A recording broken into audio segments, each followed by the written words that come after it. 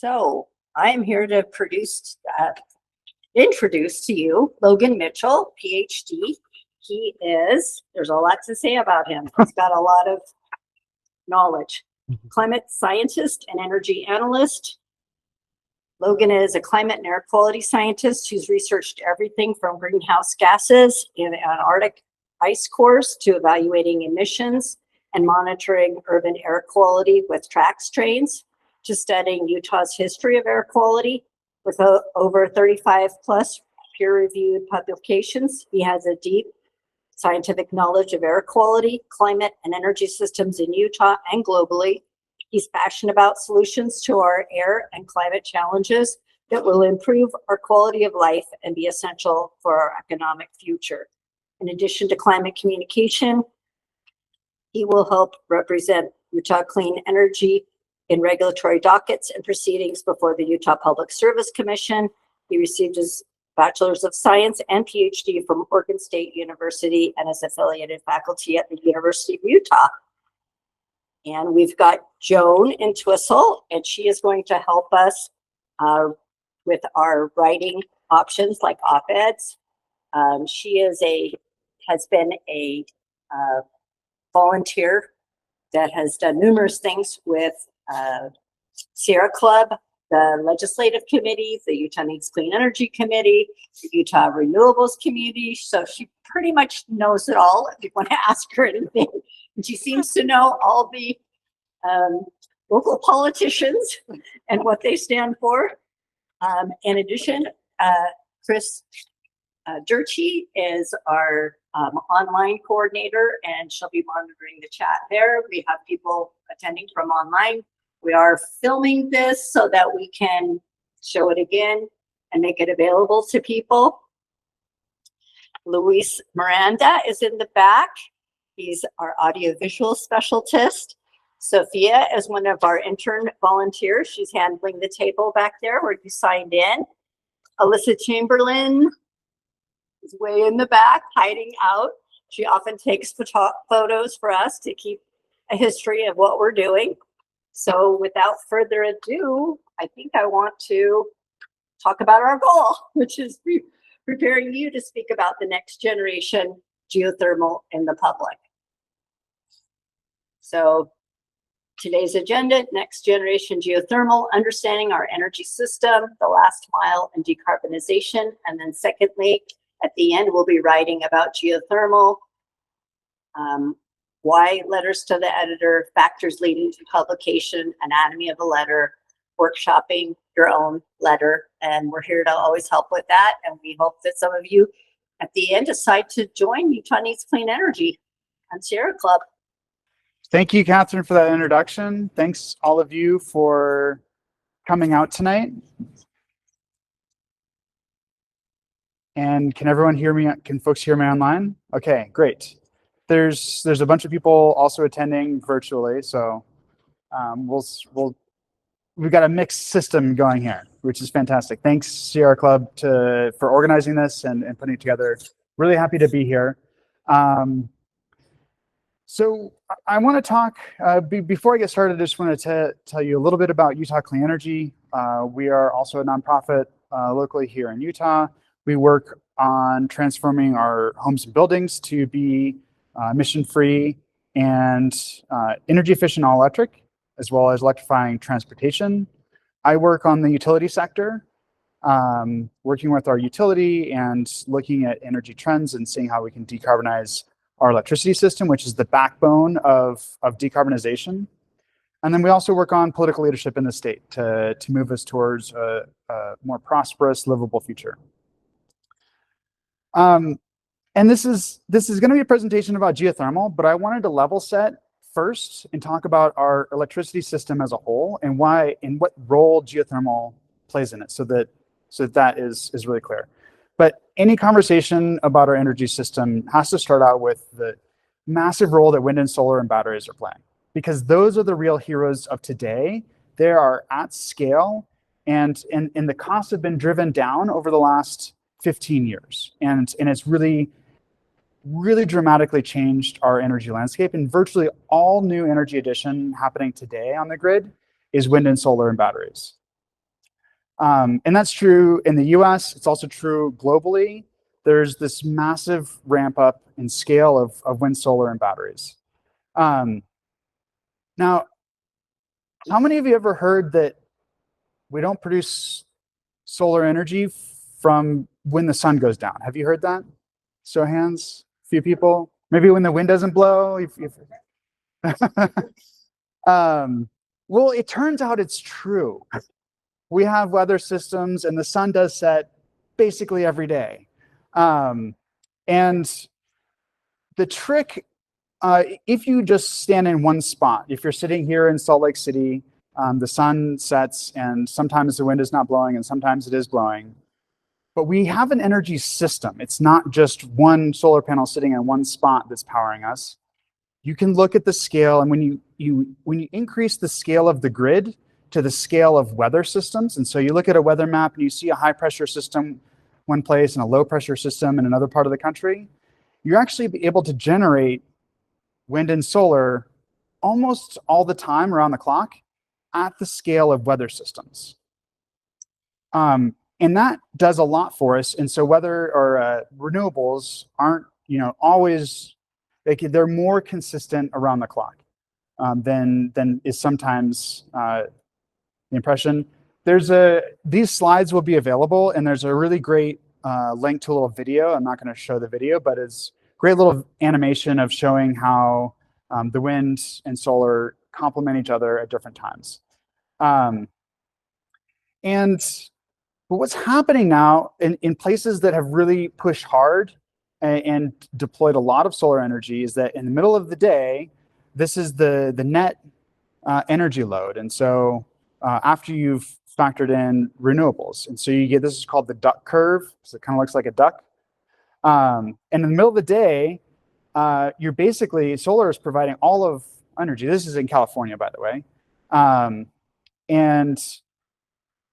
But then in the evening, you need a lot more energy. So you need something to address this. And what's really becomes really important is that what you really need is, it's similar to food. You need a balanced energy diet. You need some of the really cheap renewables, and you need some dispatchable energy. And I like this quote from David Olson, who's a former president CEO of Patagonia, and works on the CAISO Board of Governors. It can actually be more expensive to add really cheap solar than to add relatively more expensive geothermal, because it provides different attributes to the system. And so what you need is some of all of these pieces of the pie. You need some things that are fuel-saving renewables, like wind and solar, and that's on the top left. You need some things that are fast bursts and balancing. That can be, battery storage or long duration storage.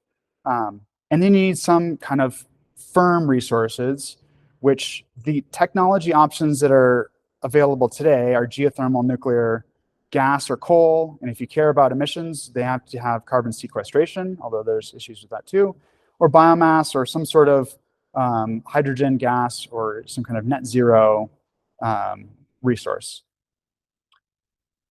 And I do want to point out that the batteries are really important, and batteries play a really important role in our grid. This is the California's energy mix from, I think, last Friday. I just downloaded the data really quick.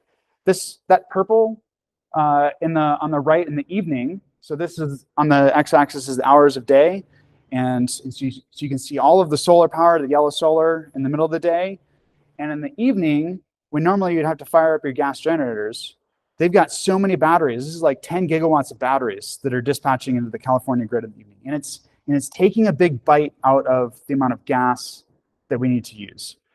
And that's fantastic. And there's going to be more batteries. We're building more and more batteries. The price of batteries is falling. That's what's on the left chart, is the price of batteries have been declining. The scale of batteries has been ramping up. But they can't do all of the work. And so that brings us to the question of how much dispatchable energy do we need? I was thinking about making a Mentimeter, but it was going to be too complicated. And so let's just do a raise of hands. So in that bottom slice of the pie that has the clean, firm generation, how much dispatchable energy do you think we need? Who thinks it's over 50%? Dispatchable energy that we need? 50%, okay. Who thinks it's, got a couple more? How about 40%? How about 30%? Okay, how about 20%? Okay, how about 10%? Okay, we've got a really, really wide range. There's no precise answer to this. It really depends on the resources you have available and the transmission grid that you have available. Our utility, Rocky Mountain Power, and their parent PacifiCorp has looked at this in their 20-year plan. This is the 2023 IRP. And what I've done is I've color-coded everything that's dispatchable in red and everything that's basically wind and solar in green above that. So you can look at the percentage of our energy, and this is their forecast, of a reliable energy system, our reliable energy system. And you can see that today, this is from a couple years ago, we're at about 70% dispatchable energy and about 30% renewables. But going forward, that's going to change really dramatically. And that ratio is basically going to flip to where we're at about 25 to 35. And this is the more recent update that came out that we're not that happy about because it backtracks quite a lot on our energy goals. But even so, in this latest version of the integrated resource plan, they're projecting that we're going to get to 35%. We only need 35% about dispatchable resources in the future. This is really being driven by economics and some policies, but it's really being driven a lot by economics.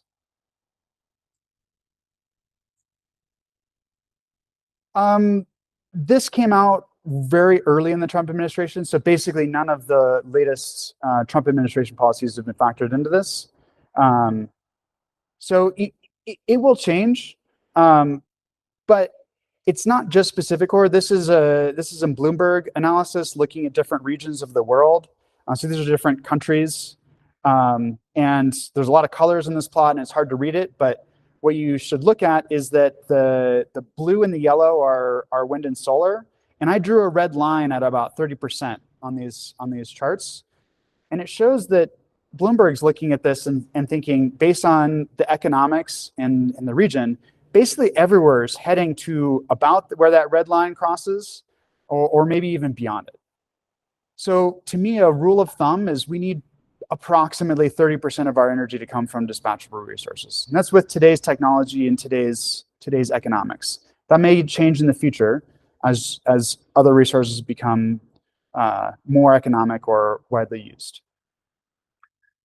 So that brings us to geothermal. And the opportunity that we have right now is really transformative. We're at a really important technology inflection point. The economics have changed really dramatically in the last couple of years. We've retained policy support from the federal government. It's clean, dispatchable baseload power. It's also super fast to build, and we have a workforce that's ready to go. So before I get too far into this, I want to talk a little bit about what is existing geothermal and what's new, what's coming that's new. So there's going to be 5 categories that I'm going to show here. First thing on the left is you can use geothermal for direct heat, and that's like a ground source heat pump or something that's in a home sometimes, or a commercial building. The University of Utah has some geothermal heat. So does Weber State. A number of places have geothermal. You're using the heat directly. You're not producing electricity. That's generally pretty shallow. In some cases, just 20, 30 feet. Some places you can go down a few hundred feet, but it's pretty shallow. The traditional geothermal for electricity production is called hydrothermal. It's a hydrothermal system, and you need 3 ingredients to produce electricity from a conventional geothermal power plant. You need the heat. You need the heat to be there. You also need the right geology, which means you need existing fractures so that you can pump water through it to harvest the heat. And then you actually need the water also. These three ingredients only exist in a very few number of places. And that's why today geothermal only provides at a country level about 0.5% of our overall energy mix, which is not very much. And the thing that's really hard to find is the right geology. I mean, if you go deep enough, the heat's everywhere. The earth is hot. But finding the cracks in the right spot to be able to harvest the heat, that's a really tricky spot. One of the companies that's in the next generation geothermal ecosystem, but they're actually not doing any, they're actually developing traditional hydrothermal power plants. It's called Zanskar. And what they're doing is they're using AI to find places where traditional geothermal systems might be that have been overlooked for 30, 40 years. And they actually had a big announcement a couple months ago. They found it was one of the first utility scale geothermal resources that's been found in the country with in decades. And so they're doing some really cool work. But then we get to advanced or next generation geothermal. And there's three different kind of branches of this that all fall under the next generation geothermal umbrella. The first one is it's called advanced geothermal systems, or sometimes closed loop geothermal systems. What they're doing is they're drilling down, and then you drill some holes horizontally, and then that connects to a tube that goes back up, another hole that goes back up to the surface. Sometimes that can be just a single tube, or sometimes there's a company called Ever that's drilling like 40 or 50 of these holes underneath the ground. These are generally intermediate depth. Then the one that we're going to talk probably the most about is called enhanced geothermal systems, which is EGS. This is what Fervo is doing. So what they're doing is they're drilling one hole down, fracturing the rock to create the permeability, the fracture network underground that didn't exist there previously, and then drilling a second hole right next to it, and then you can pump the water through that. But they're not directly connecting both of those holes together. It's a fracture network, which creates a lot more surface area to harvest the heat from. And the last one, which I won't talk too much about, but there's super hot rock geothermal systems. We're going to a spot that's like really, really, really hot. There's one example of this that's being developed in Oregon right now at the Newberry crater. And they're basically on top of a volcano. They're drilling down into some super hot rock. You don't have to go very deep in that spot, but this kind of technology, if you could drive down the drilling costs, and you go deep enough, you can get to super hot rock basically anywhere, but it's more expensive because it's deeper. So the thing that's really exciting and getting a lot of attention, and you're going to hear a lot about this in the media over the next 9 months, is Fervo's Cape Station project in Beaver, Utah. This is the first greenfield, meaning there was no geothermal there before in that spot. Enhanced geothermal system project anywhere in the world. Super exciting. So I'm going to go through. I'm going to kind of make the case for why next generation geothermal and this falls under all of this next generation geothermal, but why this is really important and transformative right now. So first of all, it's clean, it's firm, it's dispatchable energy. There's been some research looking at how you can even, traditional geothermal, you turn it on and it just produces power all the time. But Fervo's actually figured out how you can actually turn the pumps off and then back on so that you can, correlate it so that you're operating your geothermal plant when there's not a lot of sun. And so therefore it becomes dispatchable and it plays really well with solar energy, and you can produce the geothermal energy when it's most valuable and most needed on the grid.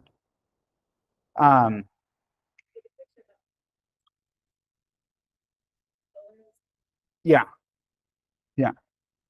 Yeah, and in that site, there's actually a big solar field right next to that geothermal plant. And they don't have to be next to each other, but there is a lot going on down in Beaver County. So let's talk about cost a little bit. Wood Mackenzie is a really big financial firm. They do a lot of research on different energy topics.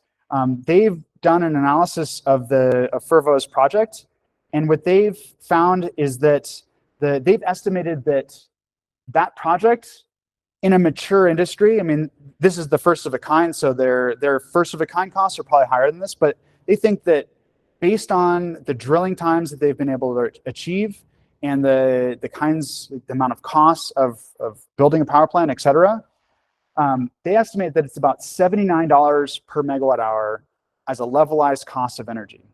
And for those of you who are not familiar, that's basically cost competitive with where natural gas is today, with like the big natural gas combined cycle plants. Unfortunately, these natural gas combined cycle plants aren't available for the next 5 to 7 years because there's a supply chain shortage. And so this is like natural gas that would be available in the early 2030s. We're already cost competitive with those kinds of resources. And then geothermal maintained tax credits after the federal legislation that was passed last year. And so they have a 30% discount essentially.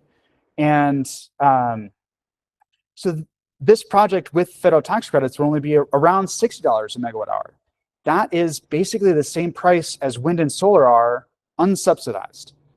And so we're talking about very cost competitive resource here.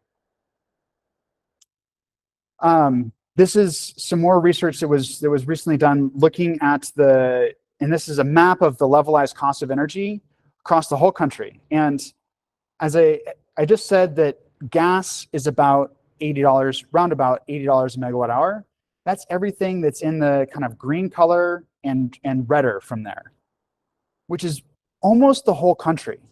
Certainly in the West, the resource is absolutely the best, and that's where it's going to be developed first because it's the cheapest and we can really scale up.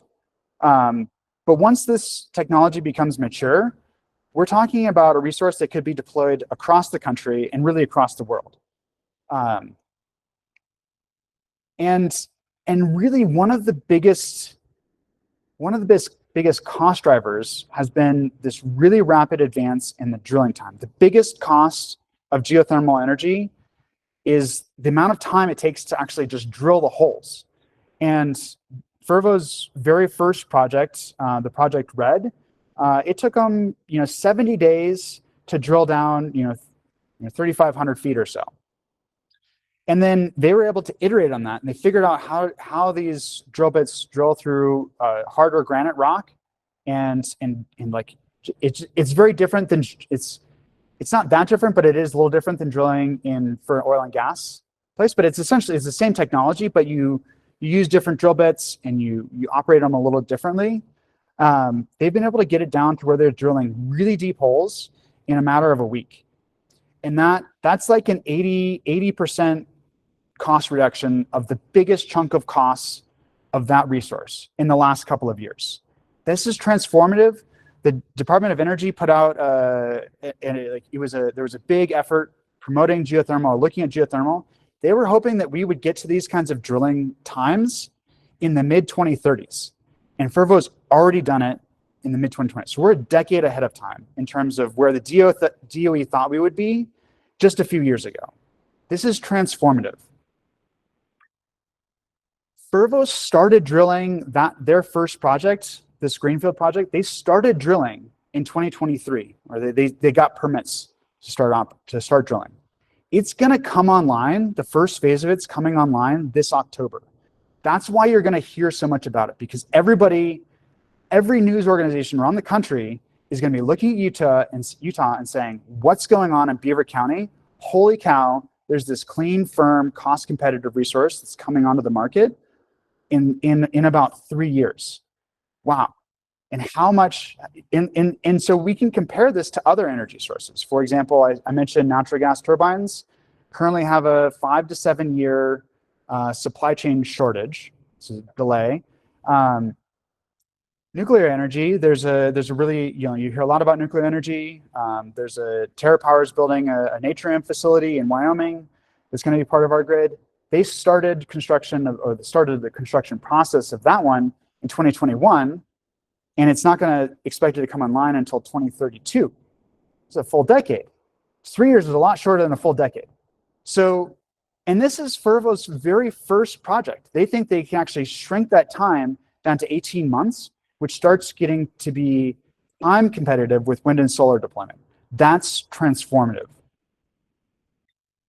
And really, a lot of these technologies, I mean, they're in this innovation and this advance, it's being unlocked because the Department of Energy had a major research project called Forge that was developed in Beaver County. And actually, that's why Fervo is where they are, because they bought the land right next to Forge and said, and it's a great public-private partnership and transfer of skill and knowledge and innovation from an open research type of a facility to a private company that's actually developing and scaling to power. But they have led this innovation and really enabled Fervo to then understand a lot of the drilling techniques and advances they were able to make. And the US has a huge oil and gas drilling industry. The fracking, I mean, a lot of the techniques that they're using have been developed in the fracking industry over the last 15 years. And that's what's really unlocked a lot of the gas development that exists today. And now all of the people, almost to a T, every single one of the people that are involved in the next generation geothermal industry are all previous oil and gas folks who have made the switch over and are applying their techniques and skills to this new clean industry.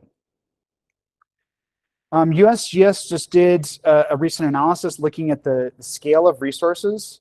This is a little bit hard to understand, but the current provisional estimate of the useful resource in just the Great Basin, so which is mostly Nevada, a little bit of Utah and Idaho and Oregon and part of California, just that little slice of the world, they think with today's technology, it's about 135 gigawatts of energy.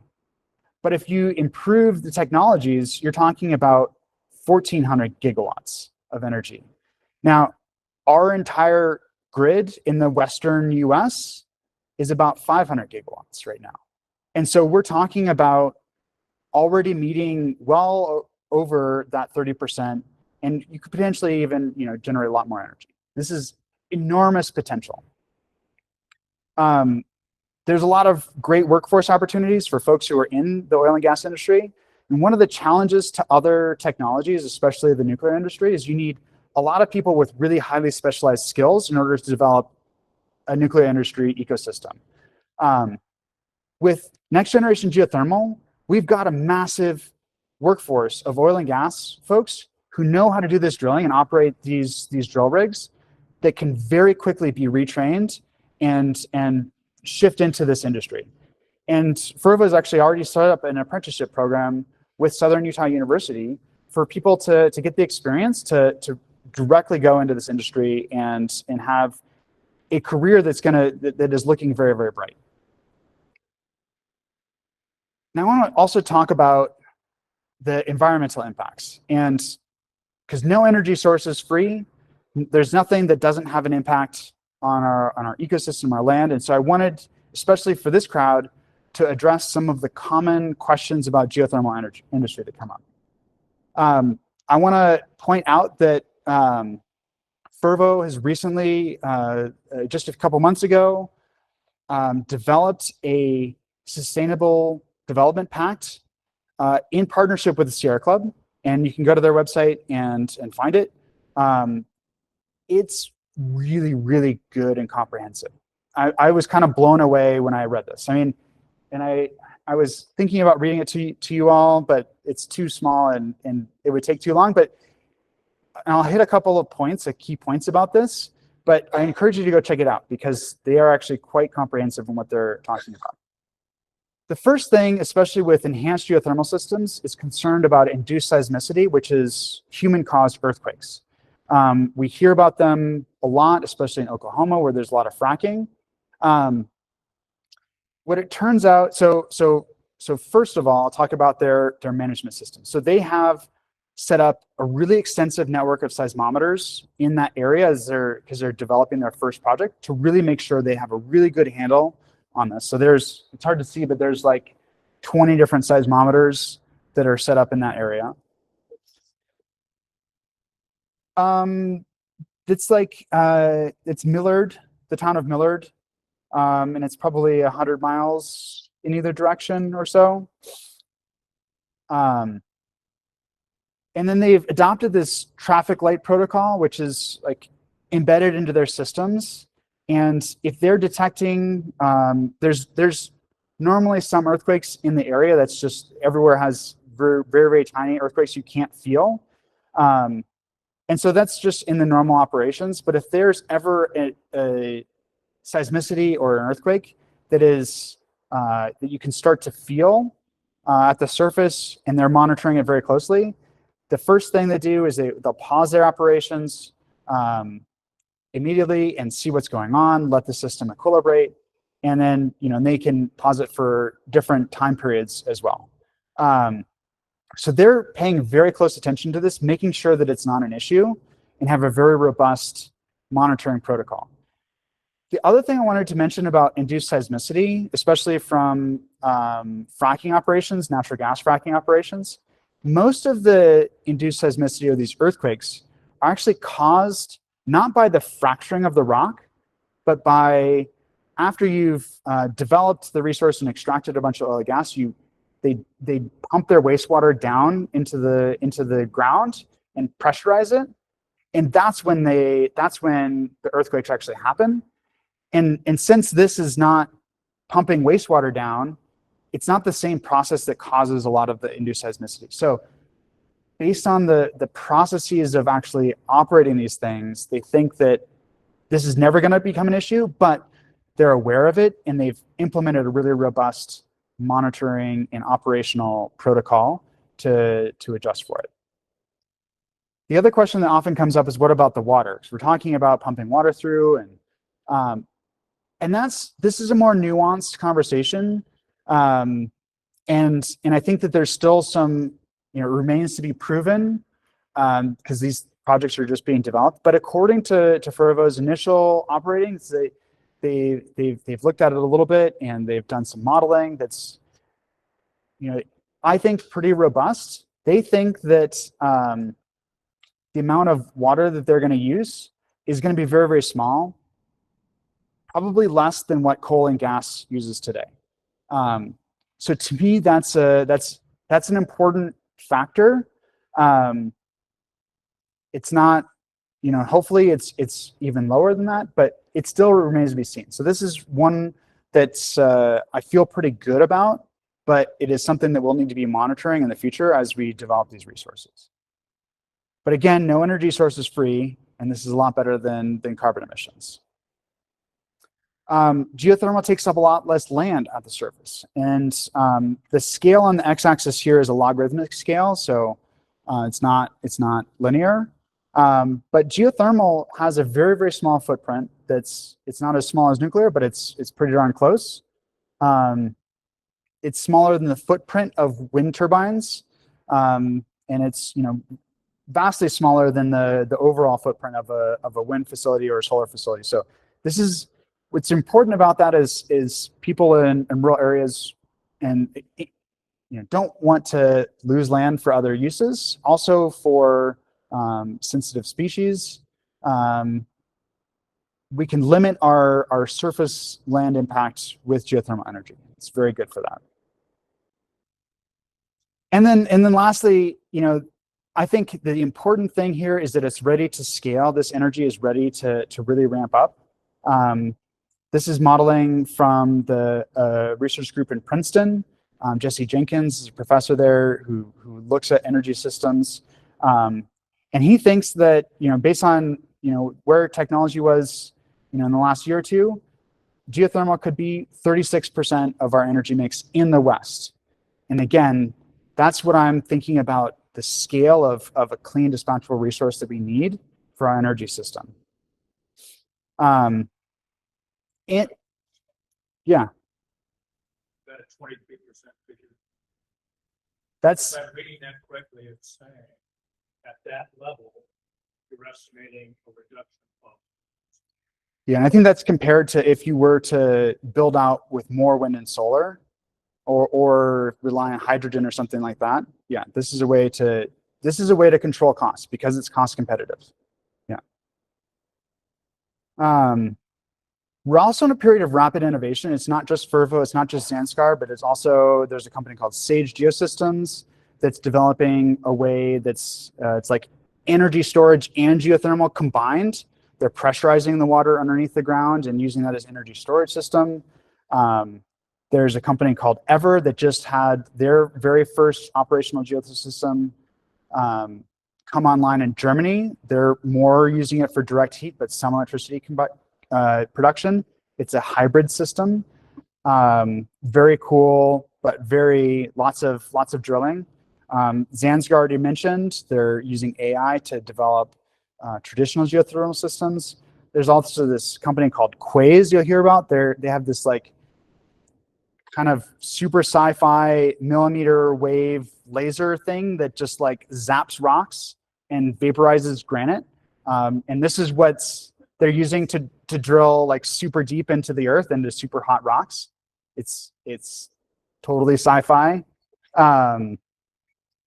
It's US based. All of these are US based. Ever is in Germany, yeah.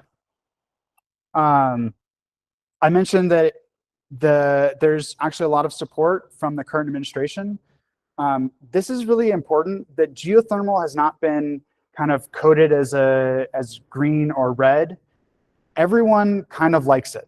And that's actually really important to make sure that this energy type can expand without getting caught in partisan politics. And right now it's there.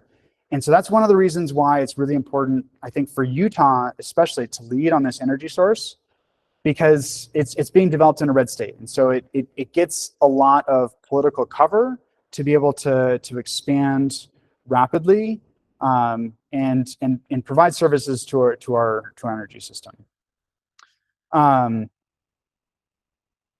Historically, geothermal has not gotten a lot of funding from the federal government. Geothermal is the top in the top there, circled in red, compared to other types of energy that have gotten a massive amount of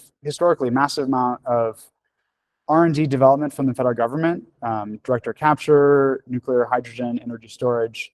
And hopefully that's starting to change. There's actually some late breaking positive movements from the Department of Energy recently. But even so, even without the federal government, this is a figure from the International Energy Administration looking globally at the investments in next generation geothermal and just seeing it skyrocket. People are noticing, and what's happening in Utah is really driving the narrative and helping people realize, hey, this is a real resource and we should be looking at it right now. So that's why I want to say, to me, the bulk of the work happening in decarbonization right now today is happening through wind, solar, and batteries. And they're capitalizing on cost declines over the last 10 or 15 years. But we still need to figure out that last piece of decarbonization. I think geothermal is the leading technology to play a dominant role in that slice of our energy system that we need to be clean, firm, and dispatchable energy. And so to me, it's the last mile of decarbonization. And I wasn't sure, a decade ago, I wasn't sure what technology was going to win out. And it's becoming very clear in the last 2 years, it's become very clear that geothermal is the leading contender to help us meet this last mile of decarbonization. And so we need geothermal, we need to raise the profile of geothermal. Every time, whenever people are talking about nuclear energy is great. There's some pros to it, some cons to it, some challenges. But the big challenges that I see right now from an energy perspective are the amount of time, how long it takes to deploy. It's going to take 10 years for that first one to come online, and the cost. It's really expensive. It's like it's like double or triple the price of geothermal right now. And so geothermal is coming in at a really important price point, and it has a pathway to further drive those costs down. You know, in the environment with geothermal, we're at where wind and solar were like a decade ago, 15 years ago. Hopefully we'll see as geothermal gets deployed more and more, it'll drive that cost down, and then it'll play an important role in our energy system. So this is going to be a non-storable source of energy. So the question was, geothermal is a non-storable source of energy? Yes and no, because you can shut your pumps off, you can let the water heat up, you can kind of treat it as, it can be an intermediate energy storage system, I would say. Sage Geosystem is actually saying, they've shown that you can pressurize the system, and that'll hold that pressure for potentially months. So it can play multiple roles. But we'll see. There's a lot of innovation yet to come.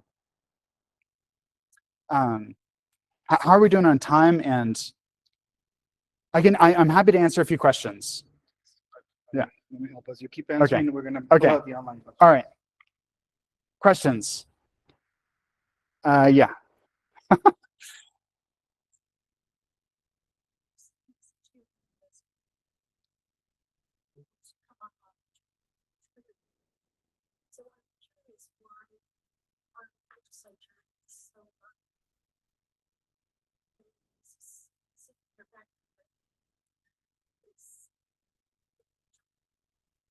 So the question is about if geothermal's ready to go, why is there so much political support and focus on nuclear energy that won't be ready for a while?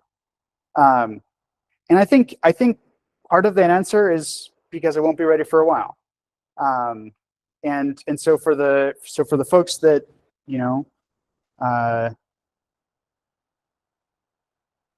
I think there's some people out there that you know would prefer that things don't change, and so something that's just off on the horizon isn't threatening and it isn't a threat to current business models.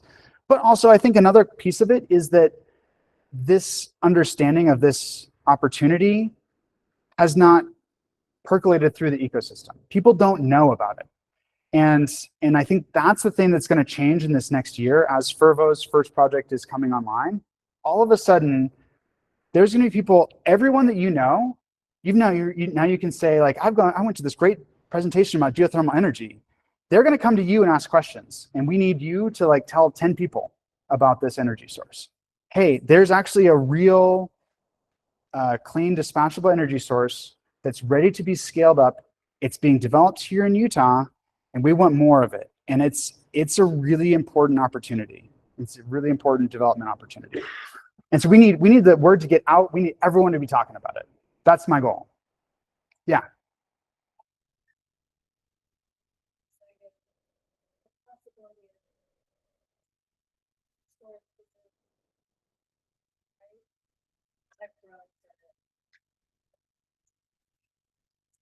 Small modular reactors. Yeah.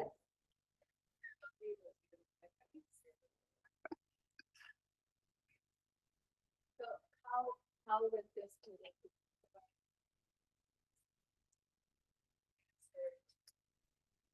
Yeah, so the question is about how does the amount of energy being produced from a small modular reactor compare to what geothermal can produce?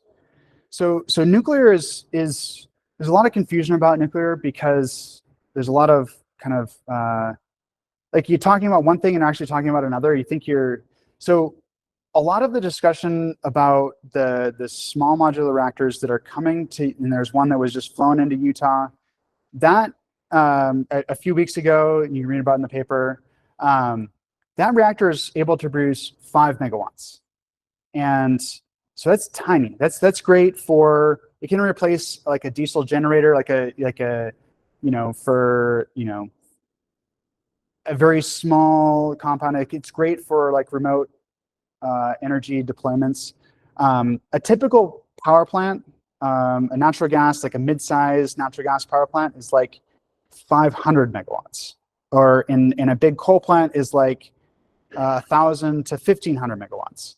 So you would need hundreds and hundreds of these small ones.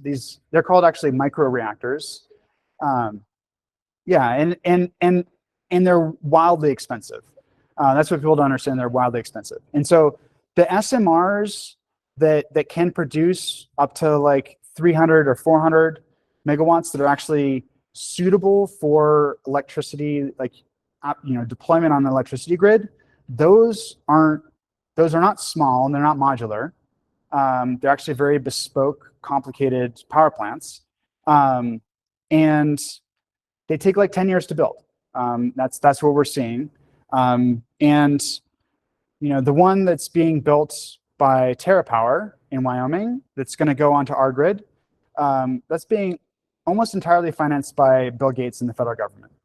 I'm waiting. The signal that I'm waiting to see if it's real is to see if there are other people that start buying models 2, 3, and 4, and 5. Like, are they going to start iterating on this and building more of these to actually drive the cost down? And so far, I mean, they started building it in 2030 or 2021 to 2022. It's been several years now, and we haven't had an announcement of a second one or a third one or anything like that. So it's going to be in Kemmerer, Wyoming.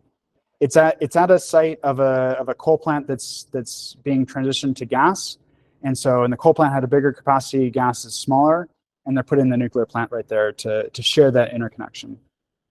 Yeah. Oh. Just in terms of time, do you want to go until 5? And Okay. so we have some online. Do you have any more online questions besides those?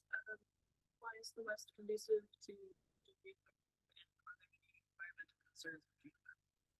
Yeah. Okay, we'll get to your question in just a sec. We'll do these really quick. Why is the West so conducive to next-gen geothermal? It has to do with our geology and the plate tectonics here. In the Great Basin, the plates are actually pulling apart slightly, and so the upper layer of the crust is getting thinner, which means it's closer to really hot rock down low. So that's why the West is so conducive to next-gen geothermal. And the environmental concerns that, kind of what we were talking about, it's the water concerns, the land concerns,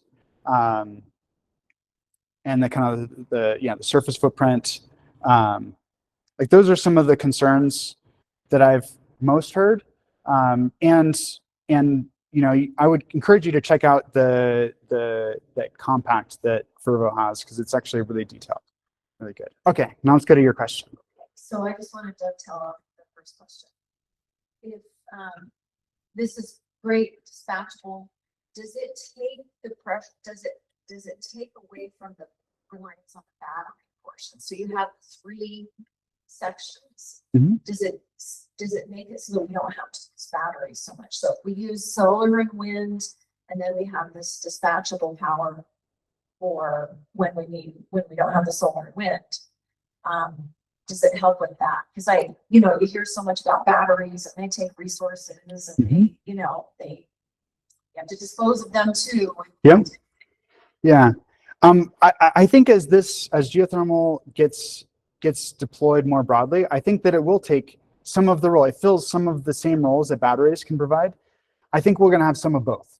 And I think that they'll play well with each other. And as we get further along the development, we'll start to see people who look at what's the right mix of batteries to geothermal that we actually need to maintain a reliable energy system. One other quick Yeah. question. You were talking about our grid. Are they going to be part of like the Western Electric Coordinating Council and okay, so they'll be part of the WEC? Yep.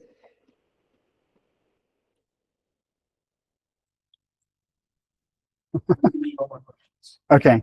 Maybe in the back or.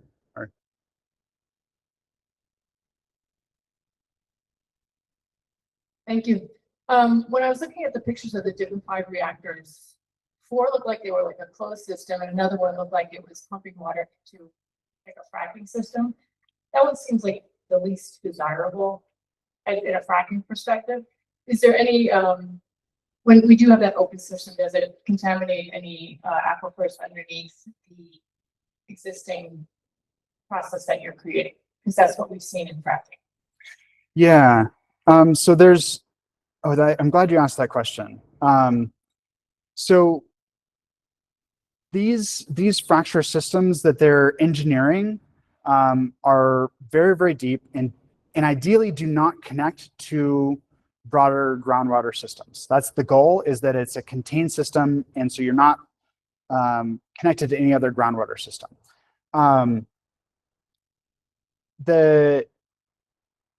of the other big differences between the fracking that's applied to next generation geothermal and fracking for oil and gas is the purpose of fracking for oil and gas is you inject a bunch of chemicals into the water that acts as a detergent to release the hydrocarbons that you're trying to extract. For fracking for a geothermal system, there's no hydrocarbons there. You're not in that kind of a place because that's usually where the heat is not where you get hydrocarbons. And so you don't have any of the chemicals that you use for fracking for oil and gas. You're really just injecting water. And I think that they inject, essentially it's a form of synthetic sand, and that's to hold the cracks open so that you can pump the water through. But that's it. And so you don't have the same kind of chemical contamination questions or issues with this kind of geothermal development that you have and you associate it with fracking. Fracking, I think, it's a very different, it's a similar physical process, but it's completely different in terms of the chemistry.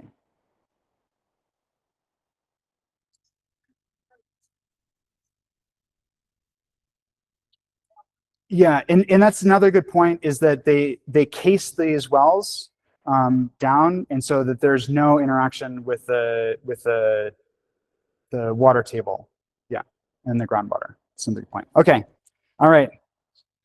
Thanks. All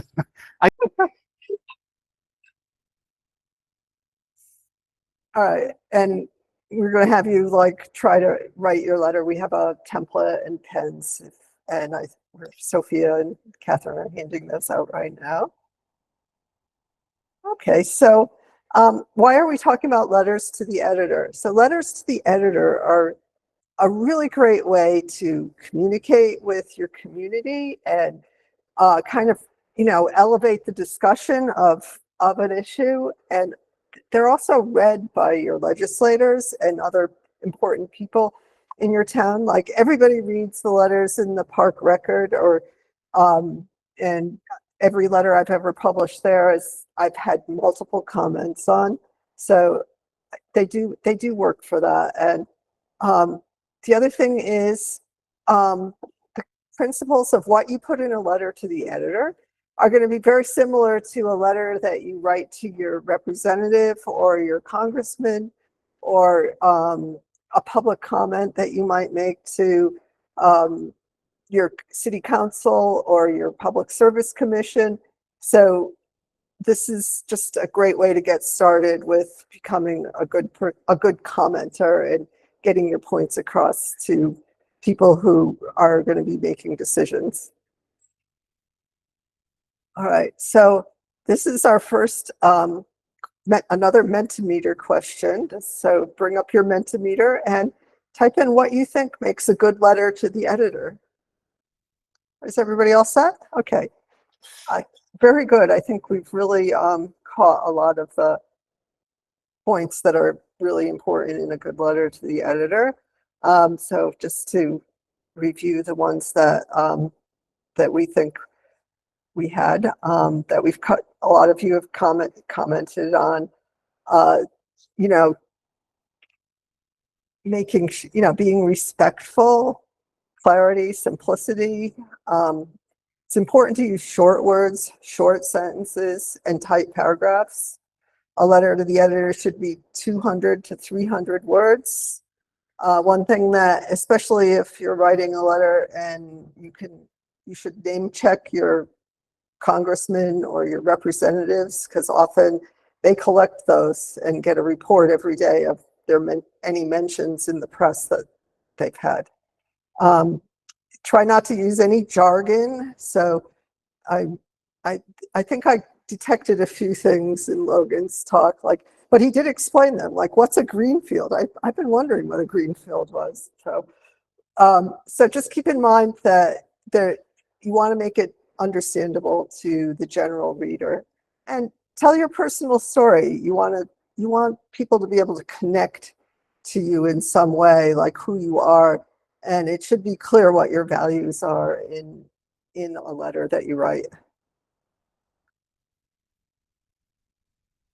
Okay, so we wanted to show you a sample, and we came up with this, we found this great letter to the editor that was written by someone named Joan Entwistle about, about 5 years ago to the Salt Lake Tribune. And I was working with the Utah Renewable Communities to try to get the ordinance passed that they needed to pay some more money. They needed to pay some more money into the program, and it was one of the places where communities could take an off-ramp. So one of the communities that was that dropped out eventually was West Valley City. And I read the article and I was like, oh, they are so wrong. They don't know anything. So I was, anyway, so we're trying to, in this sample letter, give you some of the anatomy. So you really want to have like a snappy hook in the first sentence. So it's either a personal thing, or oftentimes if there's an article that you just read in the Salt Lake Tribune or the Deseret News or wherever, a comment on that article. So in this case, I just didn't understand why, they were just printing what this councilman said and not really the people not really getting a good alternative point of view. So I felt like I needed to write this letter. So basically it's just saying, I said they were seriously misinformed, which might be a little strong, but I think it certainly grabs your attention when you say that. So that's the hook. And so that will invite people in to read the letter. So then you want to make your point pretty quickly. So people want to know why you're writing this letter and what you're talking about. So we were talking about the Utah Renewables communities and West Valley City's efforts to have a cleaner energy system, and that kind of misguided ideas that they had about how to have a clean energy system and why Utah Renewable Communities would be the system that why they should get into that program. So I also gave some evidence. I talked a little bit about Rocky Mountain Power and what level of clean energy they had, and made some connection. So I wanted to say that we want to reduce the amount of power that Rocky Mountain Power would otherwise generate from carbon emitting sources. And finally, the call to action, and that's very important. You want to communicate to people what you want them to do with this letter, whether it's to urge their representatives or take a personal action on their own. In this case, I just, this was a little more generic since I hadn't taken all these classes in how to write letters to the editor yet, but I just basically said West Valley City should join the other Utah renewable communities. All right, so when you're thinking about writing a letter, you want to think about who you're writing it to. So if you're writing to the news outlets, Deseret News, Salt Lake Tribune, local newspapers, your legislator, public service commission. So you just identify who best you can communicate your idea to. Find a specific event or article to refer to. So for instance, you might write about, for geothermal, you might want to write about the updated integrated resource plan if you know anything about that. You could reference a recent article about energy, maybe one of these articles about how great nuclear is. You might want to point out that maybe geothermal is what we should be looking at. And any recent events, certainly the rising fuel prices that are going on right now and how that's impacting and going to impact our energy costs in the future. And then what's your personal connection to this? Are you worried about affordability? Are you worried about how much, we're going to have to backstop nuclear if there's cost overruns? Then what about the job opportunities?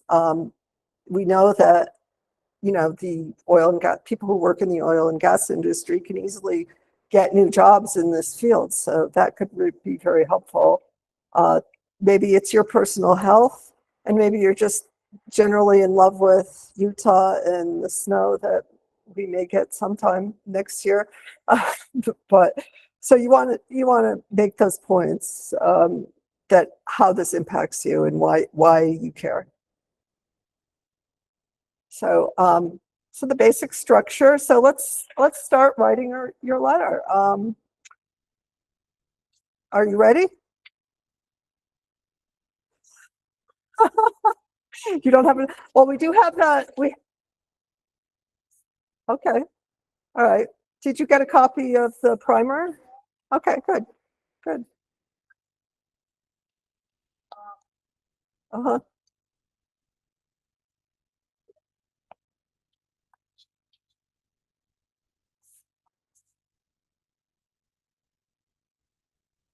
Well, that's a good point. All right. So I'm just going to let people right away. I'll give you about 5 minutes.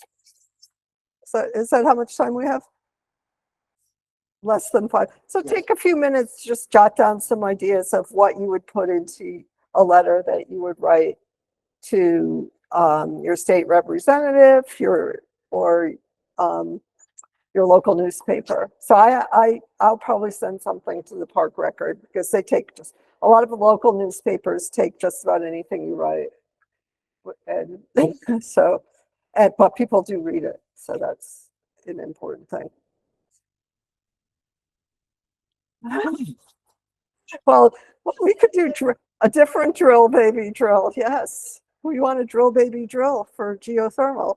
That's a good hook, a good subject line.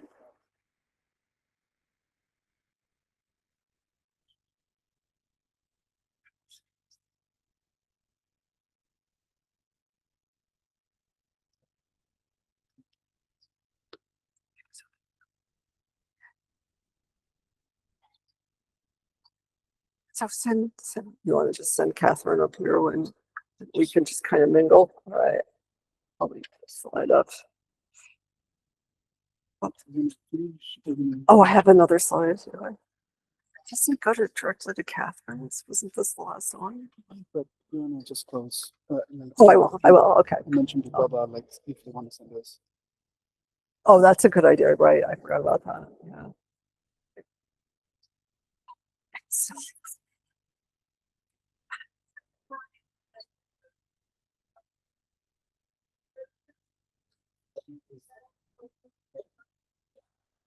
I'm sorry.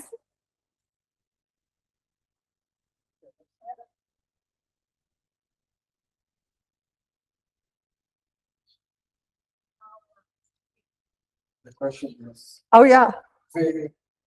instead of writing a letter to the editor, would it make sense as well to send a letter to Rocky Mountain Power?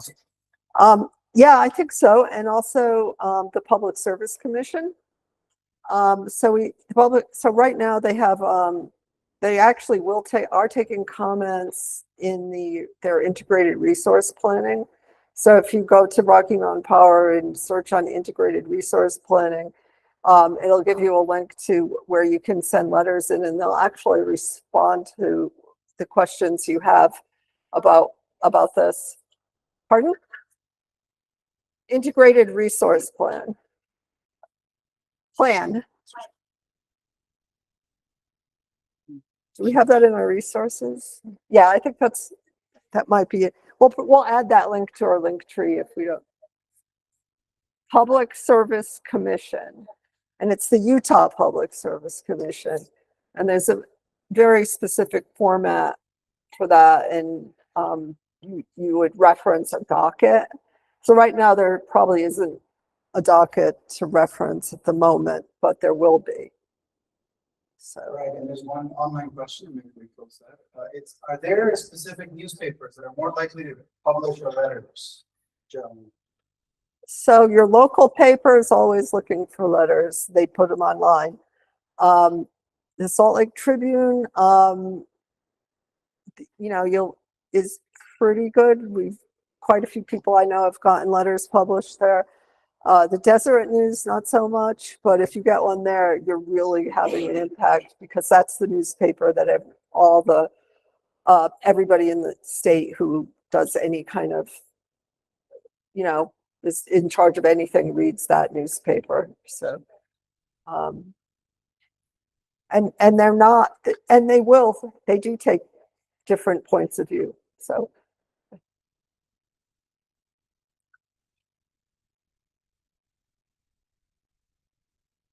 Okay. Any final questions?